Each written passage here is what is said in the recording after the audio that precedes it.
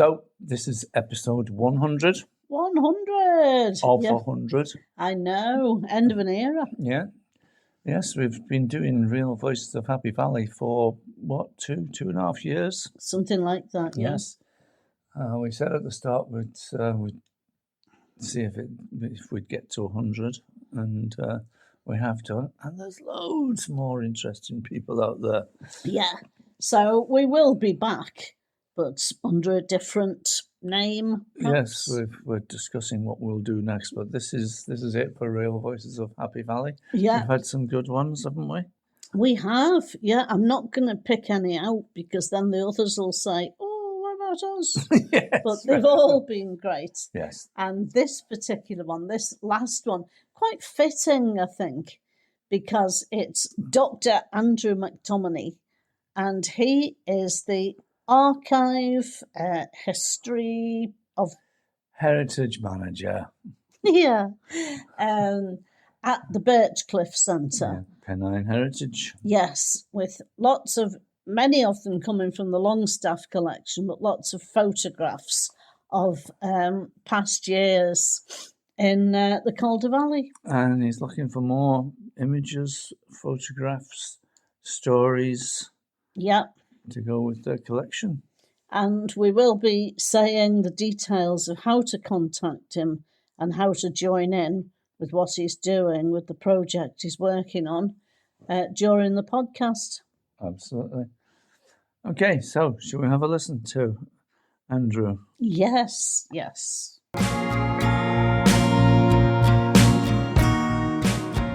We're here talking to Andrew McTominey, and we're in the labyrinthine Birchcliff Centre, which is an amazing building. And Andrew has the honour of working here. So, Andrew, can you tell us the project you're involved in and what it entails? Yeah, so our project is called Pennine Stories, and this is really a project to get people to use and engage with our Pennine Heritage Digital Archive, which has grown from a very small collection around 2010 to having some 70,000 images of the local area. So it's a really fantastic repository of local history, and we want to get more people using it. So we get people looking at it, giving us information, and celebrating what we have here. So when does it go up to? I know it goes back. It was like Alice Longstaff collection, isn't it? So yes, would go back to the beginning of the 20th century? Yeah, I think the earliest image is from the 1840s. Actually, oh, right. It's a lithograph of the train. But the majority of our images are from the early 20th century. Yeah. As you say, Alice Longstaff is a big part of that, and the Crossley Westerman photos as well. She was at Westerman's photography studio. Oh. But they go right up to the present day, really. And we have all sorts of different collections. We have vernacular architecture. We have images from the Hebden Bridge Camera Club, from the Yorkshire Railway Associations. It covers so much. So Just much. Let me stop you there. Vernacular architecture. What does that mean? I understand that it means pictures of old buildings. Right, okay. I don't really know myself, to be honest, and someone will probably pull me up on that. I always think vernacular as meaning spoken stuff, but presumably not necessarily. Right. There are many old buildings in the area. There are. They're amazing, aren't they? Quite interesting architecture. And I'm glad that Alice Longstaff plays such a part and is remembered, because as a woman and a feminist, unashamedly, I'm shocked at how often women's participation in history is glided over, overlooked. Let's wait till a man does it and then we'll talk about that, But it's good to see. Absolutely. And Alice is such a fantastic figure from history for that purpose. Not only was she a woman, but she was a working class woman. And, the majority of working class women, when she left school in 1921, would have gone into the mills, they would have gone into possibly domestic service. She would probably have gone on to work on her family farm. Going into photography was such an unusual career step. Yes, it is, isn't it? Yeah. For the time, that's fantastic. Where would Alice have learned photography? At the Westermans studio. So she took on an apprenticeship in 1921 at the age of 14 as well. So she was a child. Decided to leave school. She got a scholarship to the grammar, to the grammar school, and the family had to pay it back because she didn't finish her studies. She wouldn't have been taking pictures herself initially. She'd have been helping Ada Westerman, but she would have learned the trade from there. Yeah. And we moved to Hagton Bridge in 1999, and for our first few years lived next door to a woman called Elsie, who had Elsie Dewardham. She'd worked in Sutcliffe's mill. Oh, okay. And had lots of stories, including about a woman called Ada, who was our next door neighbour, wasn't she, when we moved? It just coincidence. But these women had such fantastic stories. Yeah. And it's a shame if they get lost.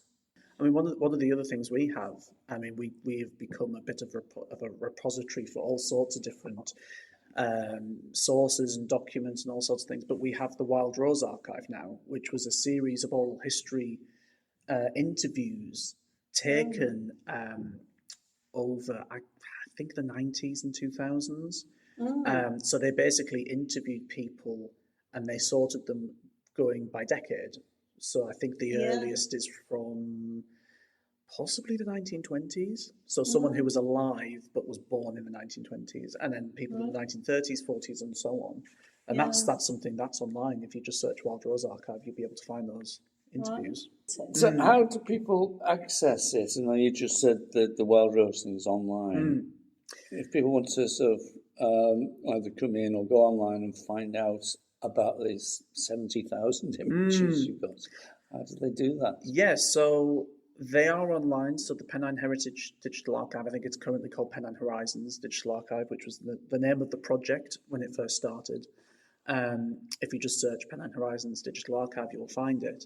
But one of the things we're doing with this Pennine Stories project is going out into the community and holding a series of events to bring the archive to people and give people an opportunity to look through what we have, to look at our new digital archive website. So that's maybe as an incentive to come along, which is a lot better, a lot more intuitive than the one we have now, and to explore it and to see what they make of the pictures that we have, and to see if there's any pictures that they have that they think tell a story. This was really inspired by Anne Kilby, who was our digital archivist, who helped set up the archive. We were talking about setting up a project like this, and she said, one picture by itself doesn't tell you necessarily anything, but a series of pictures together can tell a story. And that's really been the inspiration for this project. Going back to Alice Longstaff, where it started from, you said she's a local working class woman, did an apprenticeship. And her photographs are basically of the working class in the area, aren't they? Yeah. Yeah. So a lot of people might be able to look at some of these and say, hey, love, that's your grandma. Or there's your granddad. All those women, that's where your grandma or great-grandmother probably were. Yeah, absolutely. And the Longstaff collection in particular, but a lot of the photographs we get generally, we don't have any information that goes along with them. Oftentimes so with the Longstaff pictures in particular, we know the date because she put them into packets with the date on. Good. Other than that, she didn't write down who she was taking a picture of, where she was necessarily. And that's, when people donate other pictures to us, it's very similar. It can become a bit of a guessing game for us. So if people do want to or can provide any information, we're always open to that and welcome. Yeah, that's open to that. amazing. It's a two-way thing, isn't it? Yeah. But what you were saying, Dave, about the pictures by a working class woman of working class people, they wouldn't be, would they? Because working class people couldn't afford to have their photographs taken. They would have mainly been in studios or maybe at weddings. But the whole thing about photography was different then. People would have to stand still for 20 minutes or something, which... I mean, that's where... what's your take on that, Andrew? I think yes and no, because I think the technological advancements that certainly happened when Longstaff was working, so moving from the big cameras, which she would have used when she started, Yeah. she got her Rolleiflex camera, which was the portable, much more portable, literally just wind and click. And that was it. So that's a much different process from going to a studio and standing there for hours. And that facilitated her doing weddings, as you say. But it also meant that she could go out and just take pictures of life. And that's, we call the images that we have the end of the roll pictures because we think that when she was out working at a wedding, she would have had a few frames left. She would have just taking pictures of things. And that's where we get these incredible pictures of street life and of kids and of, all sorts. And as you both rightly say, it's a very optimistic capturing, I think, of life in Hebden Bridge. Some of the photography that we have of the area is a little bit pessimistic. It plays into the kind of into the deindustrialization of the area, which undoubtedly happened. But Longstaff, I think, she met her subjects on the level. They're not victims of anything. They are people who enjoyed life here and wanted to celebrate life here. And that's great, and it's a great way of sort of looking at history. It's because the photographs show, you were mentioning earlier, the fashions of the day, which are very important to people. Not to sound slightly sexist here, but possibly mostly the females. Yeah. There's some great suits. All right, there you go. Yeah, that's put me in my place quite rightly. Yeah. But it shows the fashions of the day and also some of the events of the day, because I wasn't here at the time, but I imagine that Hebden Bridge and Todmorden, they would have had their weeks, and so you'll have photographs of loads of people getting on an old coach and going off in the direction of Blackpool or something similar to that. Yeah, I mean, we have... More likely Scarborough from this. Yes. Yeah. We have other pictures that aren't Longstaff, but I think are part of the Longstaff collection, so possibly Westerman pictures, of things like of coronations. And, there's a great picture of St George's Square that has they put an arch in it for the coronation with the year of the coronation. So it plays into those ideas of towns trying to engage their inhabitants with these big celebrations and providing a space for people to celebrate. That's something that happened in really big cities like Leeds and Manchester. Yeah. Less, or we know less about it in places like here, but these pictures show that clearly happened. Yeah.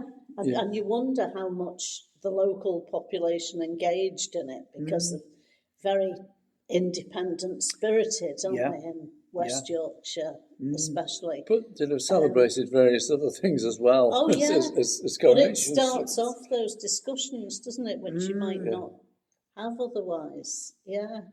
Yeah. Absolutely, yes. And there'd be more street parties because there are fewer cars. Yeah. Simple reason. Yeah, absolutely. Trying to organise a street party would be a nightmare. Yeah. But, in the 50s or, either side of the 50s, it would be a lot easier and more common for that reason as much as anything else.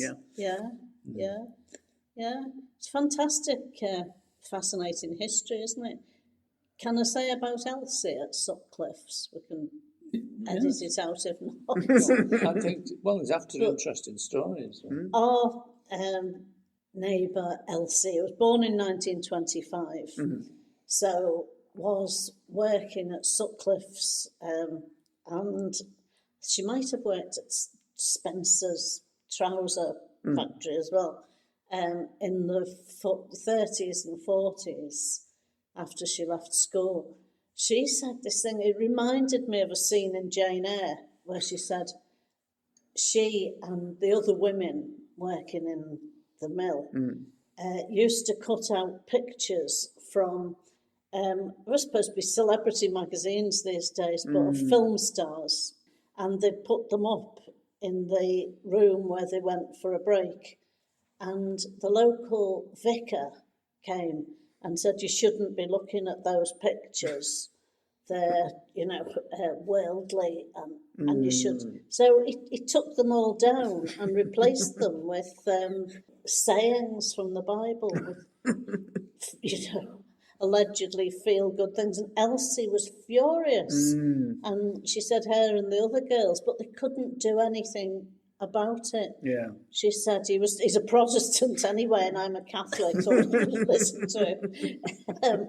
But she said, it's just disgraceful that a bunch of women can't look at the pictures they want to, and that a vicar would have so much sway. But I imagine these are the sort of stories you're after. Yeah, absolutely. You don't have to be sort of like the stories about our childhood, not so much our childhood, because that wasn't in this area, but local people's childhood, but stories that their parents and grandparents had told them as well. Yeah. Absolutely. And I think pictures are such a great way of unlocking those stories, aren't they? And providing, even if it's not of your relatives, it might, that looks like so-and-so who, and then, you're in, aren't you? Yeah. That's I mean, you told us something about the photograph of the spiv-looking chap upstairs or in the entrance here. Just tell us that again. Yeah, so one of the main, I suppose, photos that has come out of the Longstaff collection for us is this picture of this man who is stood in an archway. He's in a suit. He's got a hat on, and he looks like he is kind of taking notes in a notebook. And we know nothing about him. He looks like a right character, and we call him Spiffman. The only thing we know about him is that the picture was taken in 1968 because Alice wrote it on that packet. But otherwise, looks earlier than that, doesn't it? Yeah, it does. It does. And there's no, he could be anything. He could be a bookie. He could be a dealer. He could be on the black market. He could be an undercover policeman. I think that picture actually has inspired the second part of our Pennine Stories project, which is when we have done these community sessions and hopefully gathered this collection of pictures that people find interesting and have stories or tell stories, we are going to put them into packets and take them to schools and ask children to use them as a stimulus for creative writing, as a way of getting children and school kids thinking about history in a different way. Because I think one of the big things at the minute, particularly for us as a heritage organisation, we have so many wonderful resources, but history is more than just sitting down and being lectured at and reciting facts and reciting dates. Actually, approaching things creatively, telling a story about a picture which may or may not be true, you're still engaging with the past. And it's a much better way, I think, for kids to engage with it, and then it hopefully hooks some of them, and then they get into the actual history of it. Yeah. And that can then hopefully be, we could create an annual creative writing award if it's successful. There's got a lot of potential to engage all parts of the community, not just people who would come to these sessions, but kids as well. That sounds great.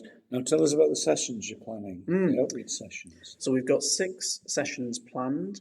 The first in Midgley on Thursday the 22nd of January, which is at 7 o'clock, and then we're in Mytholmroyd on Saturday the 31st, Wadsworth on the 14th of February, I need to try and remember them all now, Heptonstall on the 28th of February, Blackshaw Head on the 7th of March, and finally Todmorden on the 18th of March.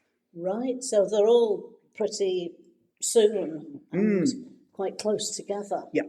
I mean, people can come in or sort of contact you online if they miss any of those. Yeah, absolutely. Just look us up on our website. The dates are on our website, pennineheritage.org.uk, or send us an email or give us a call. Right. And the email address is? That is info, I-N-F-O, @pennineheritage.org.uk. That sounds great. Well, thanks a lot, Can Andrew. I, just before we go, can I just ask a bit about your history, your background, what's brought you here? Yeah, so I was in academia, so I did a PhD about reservoirs, about the history of reservoirs. So that finished in 2019, and I was doing part-time lecturing at universities, at Leeds Beckett University, which is where I did my PhD, at Huddersfield as well. And one of the people that I worked with at Huddersfield was doing a project with Pennine Heritage, what's called a knowledge transfer partnership, so partnership between the university and a heritage organisation.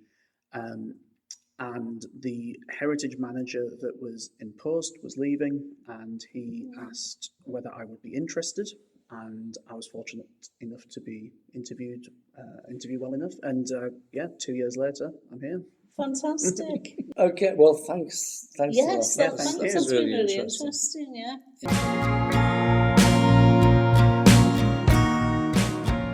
So that's it for Real Voices of Happy Valley. Have a look at our Real Voices of Happy Valley Facebook page, where we'll be able to update you on what's coming next. But for now, a bit of a break. Yes, it's been great. Bye, everyone. Bye.